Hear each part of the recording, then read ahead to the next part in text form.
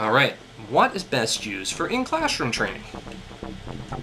And the training goals best suited for in-class: synthesis, evaluation, skills, attitudes. Ideal for in-classroom training.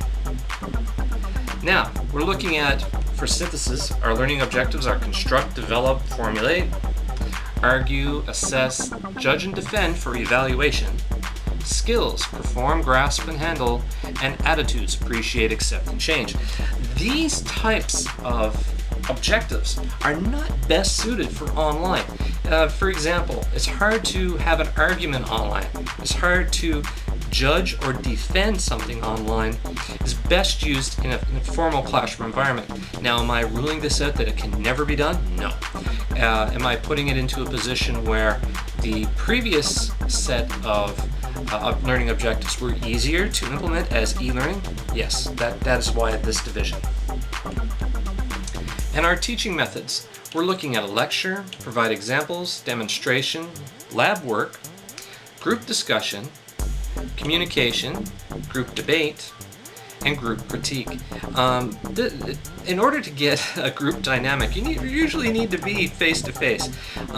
Can we do it online, probably using some sort of innovative video conferencing? Perhaps. Could we do demonstrations using perhaps some sort of advanced robotic technology? Yeah, it's possible.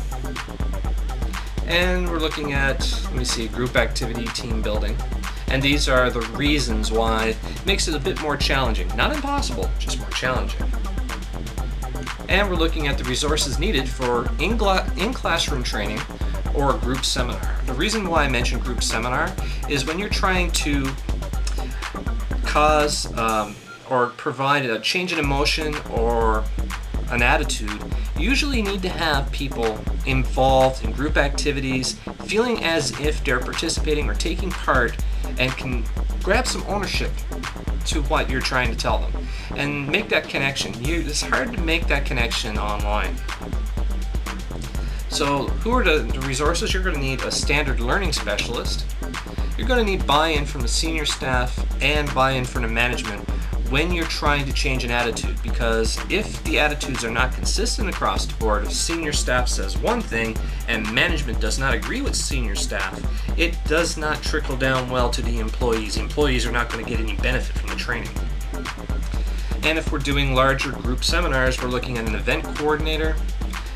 Still, we should track results. That's where the learning management system comes in.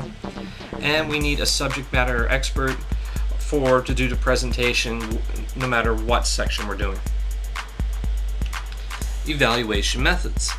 These methods are best suited for in-class. And you can also look at it upon, it works best with one-on-one, group, or supervised training environment. Essays, individual presentations, observation, a manual dexterity test, being able to actually manipulate objects with your hands, small objects, probably take apart a clock and put a clock back together. That would be an example of a manual dexterity test, and of course there are more complicated ones as well. You need to have manager observation, follow-up surveys, that type of thing. And this concludes my very quick overview of the systematic process to instructional design. Again, the primary reason being to show you how to evaluate what should be e-learning and what should be in-classroom training. I will include, just on the right side of my video right now, there will be a little button called Less. Click on that, it'll drop down. Then you'll see more information, and then there'll be a link to my spreadsheet. I'm going to show you my spreadsheet